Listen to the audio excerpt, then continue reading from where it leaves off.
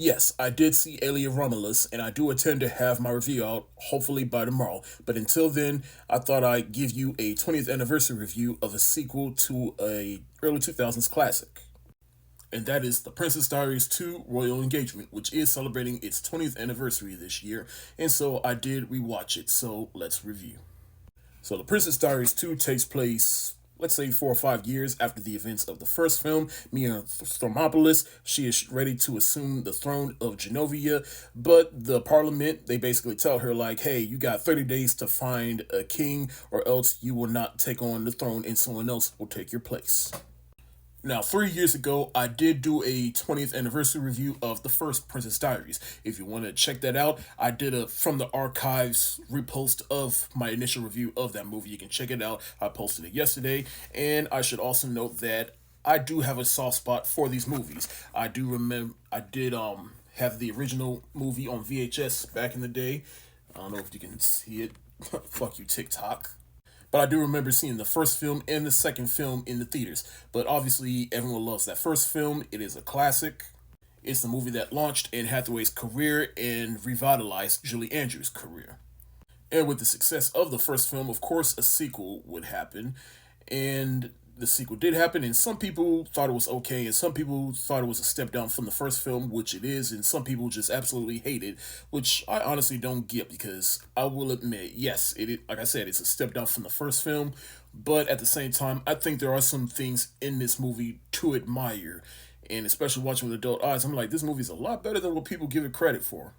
Like, I will say this movie does, at least to me, it does maintains the charming and comedic spirit of the first film, because you got to think that first film, the reason why it is so endured by so many is because of the performances of Anne Hathaway and Julie Andrews, and some of the off the wall comedic aspects of this movie. It just adds to the charm of these movies. And I thought the late Gary Marshall, who directed both of these movies, did an excellent job. He brought to these movies exactly what they needed, and he brought out all the right performances out of everybody that was involved in this movie.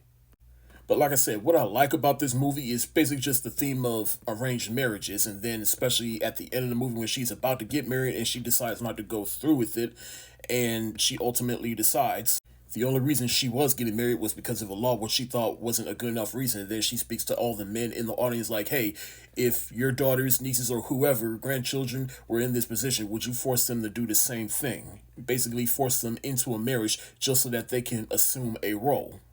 And I feel like that's a little bit progressive for at least the mid 2000s, or just in general, and something that's definitely worth tackling within a lighthearted family Disney film.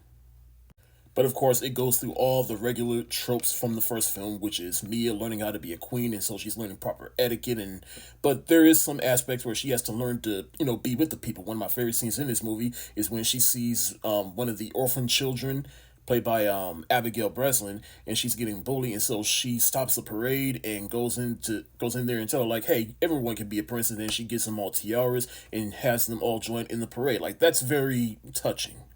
Now, of course, I gotta talk about the performances. Like I said, I like Anne Hathaway in these movies. Like I said, these movies launched her career, and I do like her arc within this movie because from the get go, she wanted to marry for love and not just for the sake of getting married.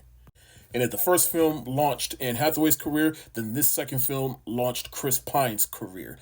Because I do remember this is the earliest thing I ever saw him in. And if you told me 20 years ago that this guy was going to be Captain Kirk in the Star Trek reboot, I'd be like, really? Julie Andrews, she does return in this movie, and she hands over the throne to Mia, her granddaughter Mia. But I also like her arc in the movie because, like you said, she has been a queen for so long, and she didn't necessarily marry for love. She just married just to assume a position, and it's adamant through her head of security, Joe, who is one of my favorite characters within these two movies, played by Hector Zaliado. Please forgive me if I butcher your name, but Hector, he is such a cool character in this movie, and he wants what's best for everybody. But at the same time, he also wishes for a life after the queen basically hands over the throne, and she does make that wish come true for him. I'm trying to tell you, do not sleep on this particular arc in the movie. You got Gimli himself, John Rhys Davis, who plays the uncle of Chris Pine's character in the movie, and he's basically the one that's just jealous, and he just wants his son to get in the throne, but you knew from the get-go he was up to no good. Lily Moskowitz makes an appearance in this movie. She returns. Even Paulo returns for a brief moment just to mess with Mia's hair again. And lastly, it is worth mentioning that Raven does have a cameo in this movie. I mean, kind of an extended cameo, but a great cameo nonetheless. She's just playing a stereotypical princess from another country, and I'm pretty sure you can figure out which country she's from. But nonetheless, the fact that she's even in this movie just makes a bigger case as to why she should have gotten a Disney legend over Miley Cyrus. And no disrespect to Miley, but Raven, she has just done so much for Disney. And just in this movie alone, to be able to sing and dance next to legend Julie Andrews, one of the last living actresses of her generation, come on. In the end, I do recognize the flaws that this movie has, and it is a step down from the first film. But at the same time, I do encourage you to just give it another shot because there are things in this movie that you really shouldn't sleep on and that are to be admired. And I hope we do get a third movie because right now there are three live action franchises that Disney owns, and that's Mighty Ducks, Tron, and Princess Diaries.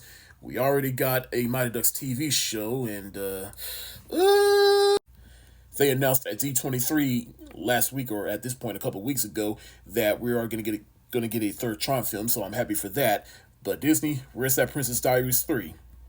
But anyways, I'm gonna give the Princess Diaries 2 the thumbs up emoji.